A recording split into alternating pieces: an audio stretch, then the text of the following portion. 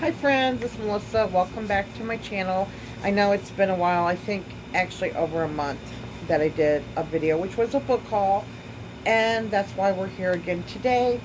Because over the last month, I have accumulated quite a few more books. Not quite sure how many. My house has been total chaos. My daughter and 3 kids have moved back into my house. And it just... Well, Caleb's always been here, but... Yeah.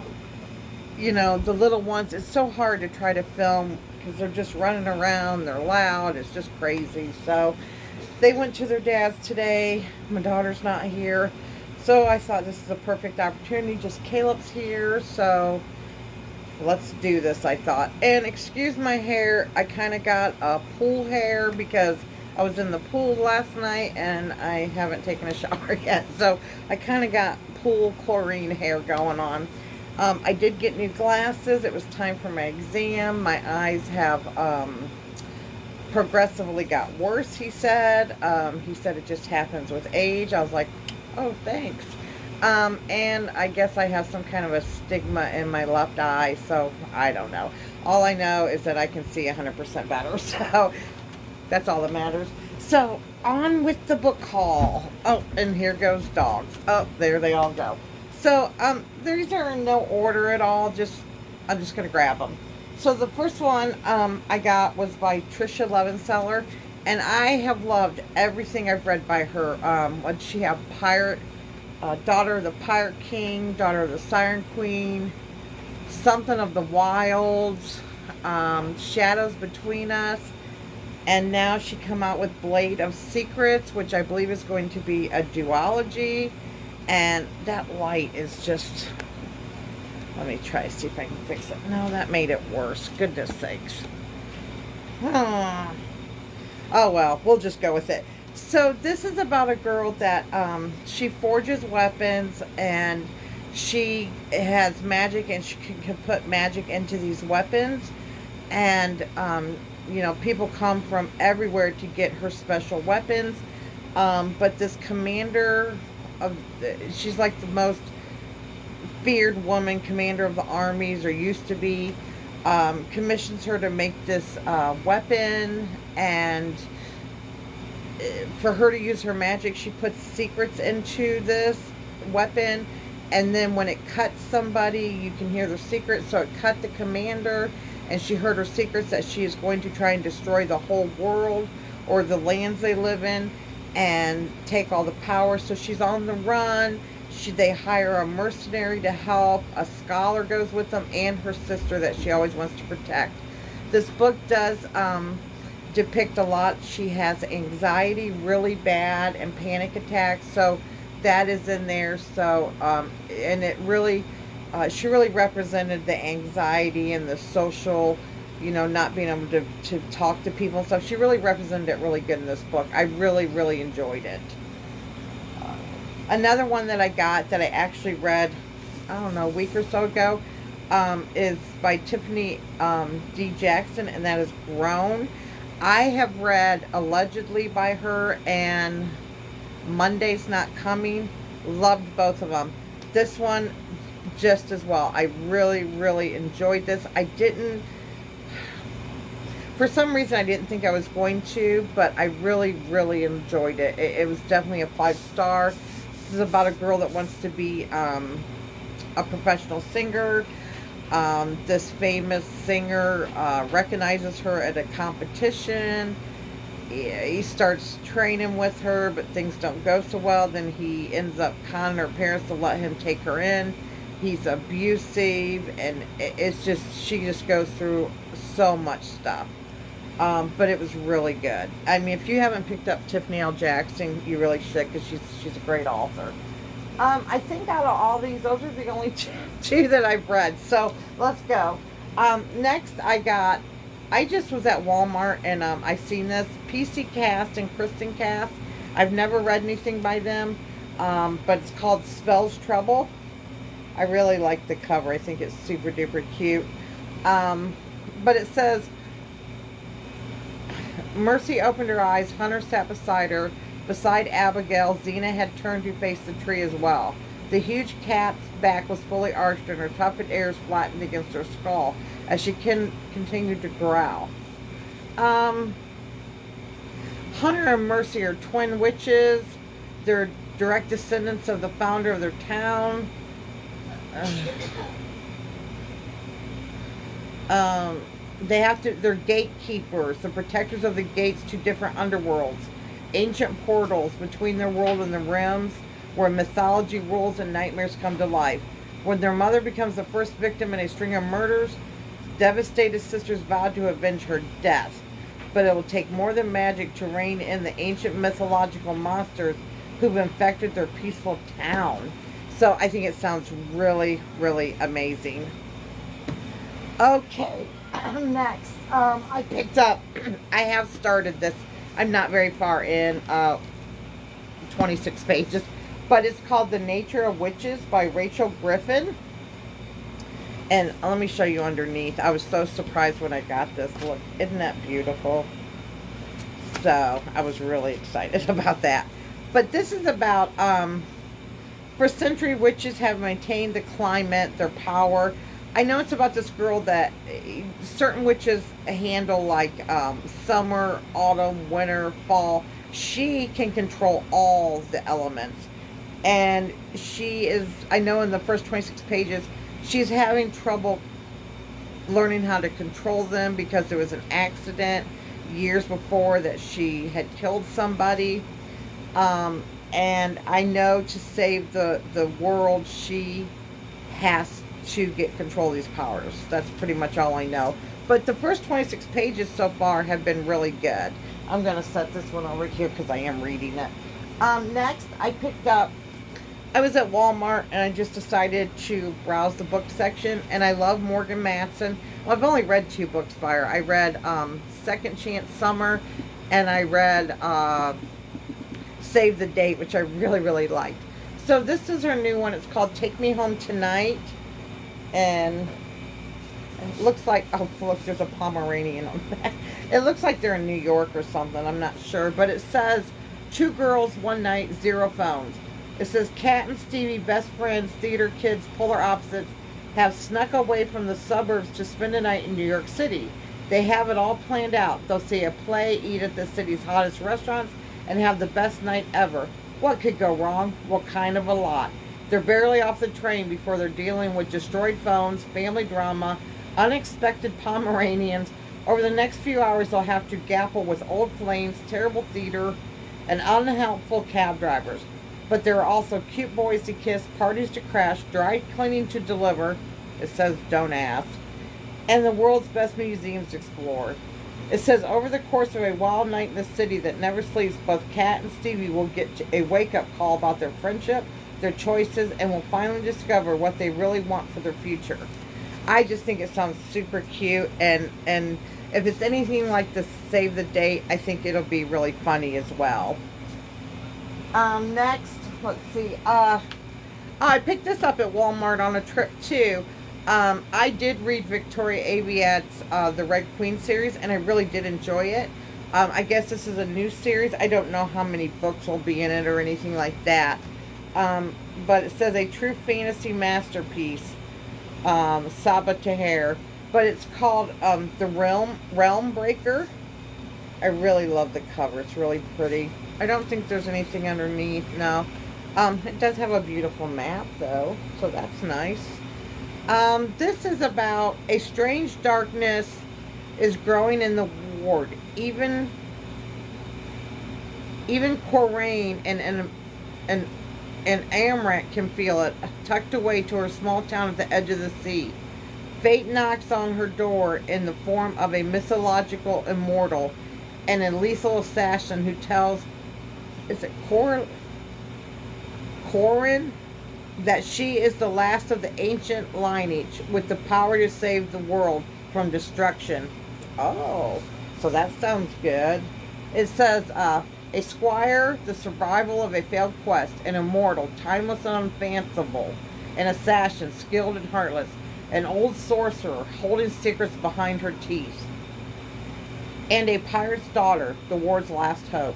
The heroes are gone, but the fight to save the world has only just begun. So, that sounds super good. Next I picked up, I think I got this on Amazon. This is by Lynette Noni, The Prison Healer, and I've heard amazing things about this so far. So, I'm really excited for this. I assume she has spent the last 2 years fighting for survival in the notorious death prison, working as the prison healer. When the rebel queen is captured, Kiva is charged with keeping the terminally ill woman alive long enough for her to undergo the trial by ordeal, a series of elemental challenges against the torments of air, fire, water, and earth, assigned to only the most dangerous of criminals. And then something about a coded message shows up with a single order: don't let her die. We are coming. Oh my, don't let her die. Well, that would be rough. Next, I got this on Amazon as well. I've never heard of it. I love witch stories, and it says if you like this book, you'll like this book, kind of thing. But it's by E. Latimer, and it's called Witches of Ash and Ruin. Kind of upset me because that's kind of folded up, but that's why I've been buying at Walmart, because Amazon has been sending me a lot of books that have been kind of messed up. It says 17-year-old Dana Walsh is struggling to cope with her somatic OCD, the aftermath of being outed as bisexual in her conservative Irish town, and the return of her long-absent mother, who barely seems like a parent. But all that really matters to her is ascending and finally becoming a full witch. Plans that are complicated when another coven, rumored to have a sordid history with black magic, arrives in town. With premonitions of death, Dana immediately finds herself at odds with the bewitchingly frustrating Meaner King, the granddaughter of their coven leader. So, like I said, I love witchy stories. So, it said the gods are hunting, and ancient evil will wake. The witches are gathering. So, and I really like the cover, so I think it's really cool. Then, what did I read by him? Matt Haig. I read something by him. Oh, I know what it was. I read,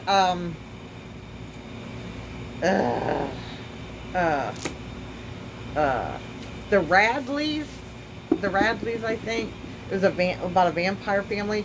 But, this is by the Midnight Library. It's the Good Morning America Book Club choice. So, the cover, in my opinion, is nothing too fantastic, but it is what it is, But a dazzling novel about all the choices that go into a life well lived.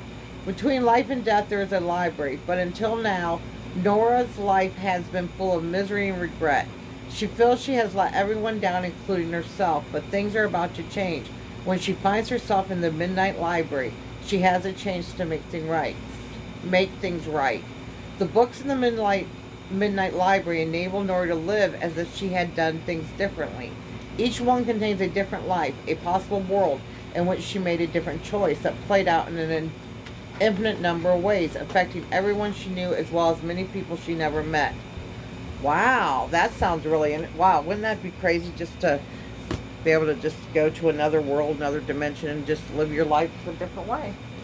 Oh, Leonard, just squishing my books. What's wrong with you? I picked this up at on Amazon as well. I thought it sounded interesting. It's called Half a Soul by Olivia Atwater. It's just a little short. I think it's historical romance.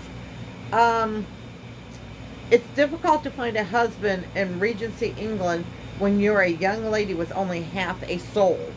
Ever since a fairy cursed her, Theodora has had no sense of fear, embarrassment, or even happiness, a condition which makes her sadly prone to accidental scandal. Dora's only goal for the London season this year is to stay quiet and avoid upsetting her cousin's chances at a husband. But when the Lord Sorcerer of England learns of her condition, she finds herself drawn ever more deeply into the tremulous concerns of the magicians and the fairies. So, as well as witches, I love fairy stories, so I think this is going to be really good. Next, I bought this on Amazon. It's book 1. I don't know how many books, but I wouldn't have bought this if I knew it was this short. I guess I should have looked at the description a little bit more, but I paid like 11 bucks for this tiny little book. So I don't know if I continue the series. I think I'll probably get them from the library, because I'm not going to spend, I don't know how many, but I'm not going to spend $11 on another tiny book. But it says, a queen of fire and dark memories, haunted by her torture at the hands of a mad woman, Queen Charlotte struggles to rule her country. She cannot afford distractions. Her government utterly doubts her ability to reign. Queens don't have the luxury of personal problems, be they nightmares or unrequited affections for the captain of her guard. So when a foreign prince proposes marriage, Charlotte wonders if his offer might solve several of her difficulties. But then when unrest happens in the capital.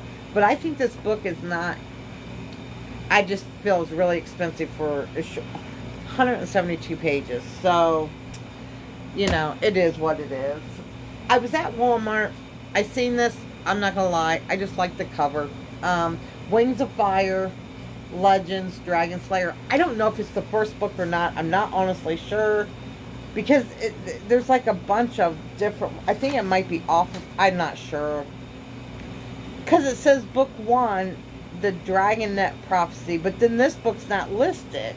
There's like 13 books. Oh, wait a minute. Oh, I see. Legends. So the next one would be Darkstalker and Dragon Slayer. Oh, okay. Well, I'm good then. I got the first book.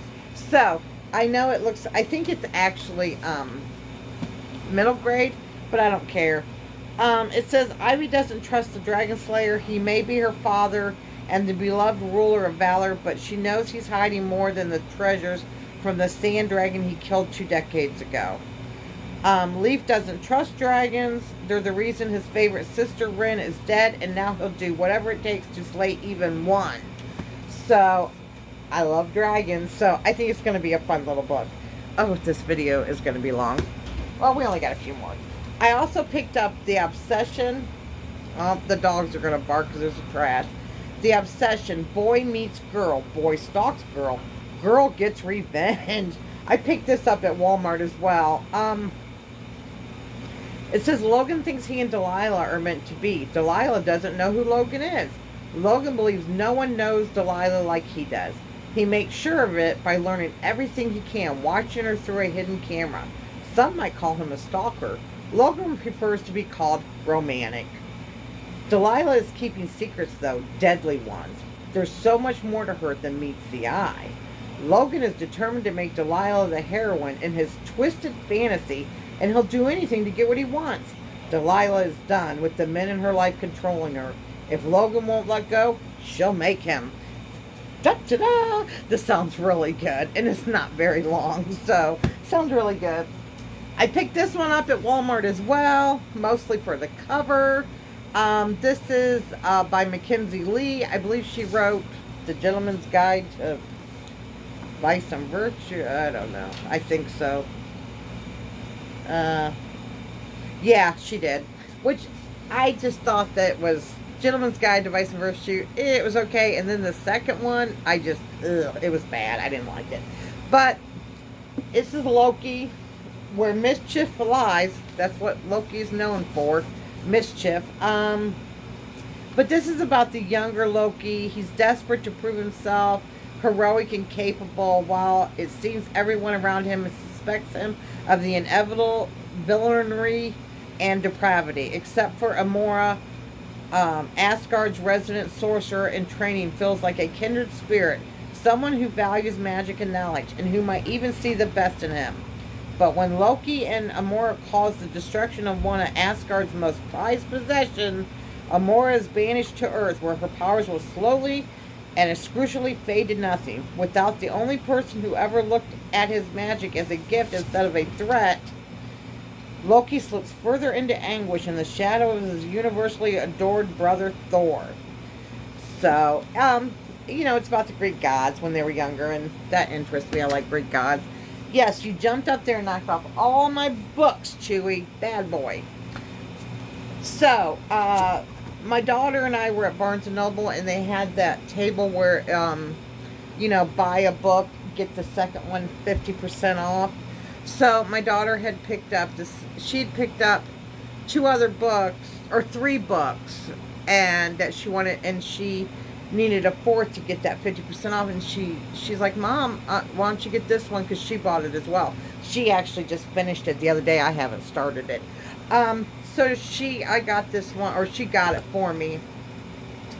It says the competition has never looked better. The similars. Do you? Mook, do you mind? Sorry about that.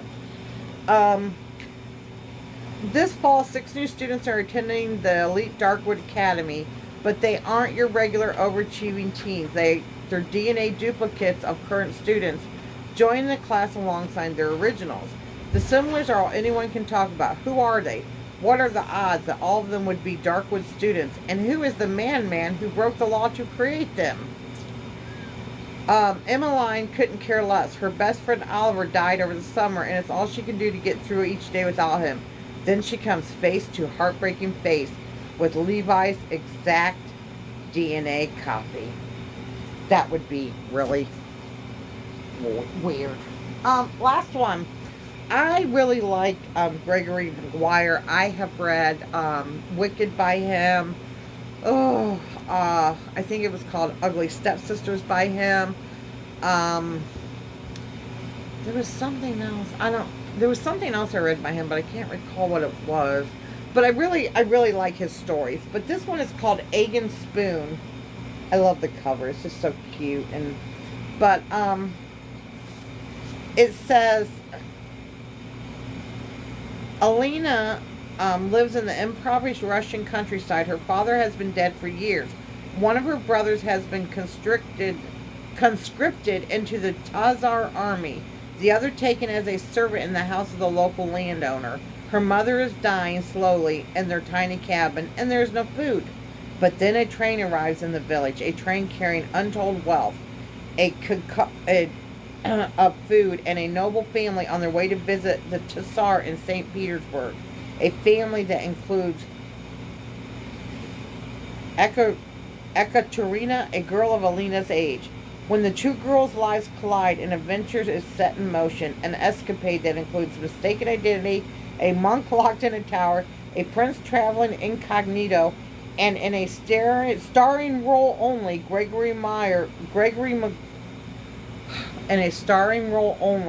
that Gregory Maguire could have conjured, a wisecracking Baba Yaga witch of Russian folklore in her ambulatory house perched on chicken legs. So, I just think it sounds really good. It says back here, a lyrical tale full of magic and promise, rich and consistently surprising, an enticing mix of mystery, danger, and magic, thoughtful, engaging, and theatrical. So I just think it sounds really just fun. Like it says, lyrical. I just think it's going to be a fun, a magic train comes into town. I just think it's going to be great. So how many books was that? I don't even know, because they knocked over my books. 1, 2, 3, 5, 6, 7, 8, 9, 10. I think that was 15. I'm not sure. I do want to order. Well, I do have the 4th book to the Witchland series, Truth Witch. I do have that book. I pre-ordered it, so I should be getting it. It comes out the 22nd, so I should be getting that soon, next week sometime. And then, I can't remember the names. The one that wrote My Lady Jane, Plain Jane, and Calamity Jane, those 3 authors of the Lady Janies, they're coming out with a new one with the Marys. And that one releases, I think, on the 22nd as well. Or maybe it's out, I'm not sure. I have to go look. But I know it's about Mary of Scots. And I read about it online, and it's something about she can shapeshift into a mouse. And it's like, will she lose her head or will she lose her tail? And I really enjoyed all the Jane books. I really liked the Old West, but I really wasn't a fan of Calamity Jane as much as I was the other books. But, that happens. So, Well, everyone, that's my haul. I hope to come back maybe in a few days, kind of give you a reading update, what I'm doing. You know, I don't know. We'll have to see what happens in this household, because it's madness, madness, I think. You know, my husband did get the kids a big pool.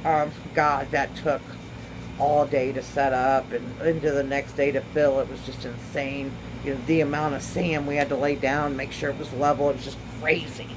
And the price of chemicals to maintain a pool is insane. And it's not easy to maintain clear water, not cloudy, but I'm doing it. So I'm like very obsessive, OCD about it. You know, if the water's just looking a little cloudy, I'm like putting chemicals in it. So, but I'm checking the pH balance and all that. It's crazy. So anyway, everyone, have a great Monday. Have a great rest of your week, and I will talk to you soon. And I really hope you enjoyed this video. If you do, please give it a thumbs up. If you haven't subscribed, please subscribe. I promise I'll be doing more videos for you to watch. Well, everyone, I'll talk to you soon. Bye-bye.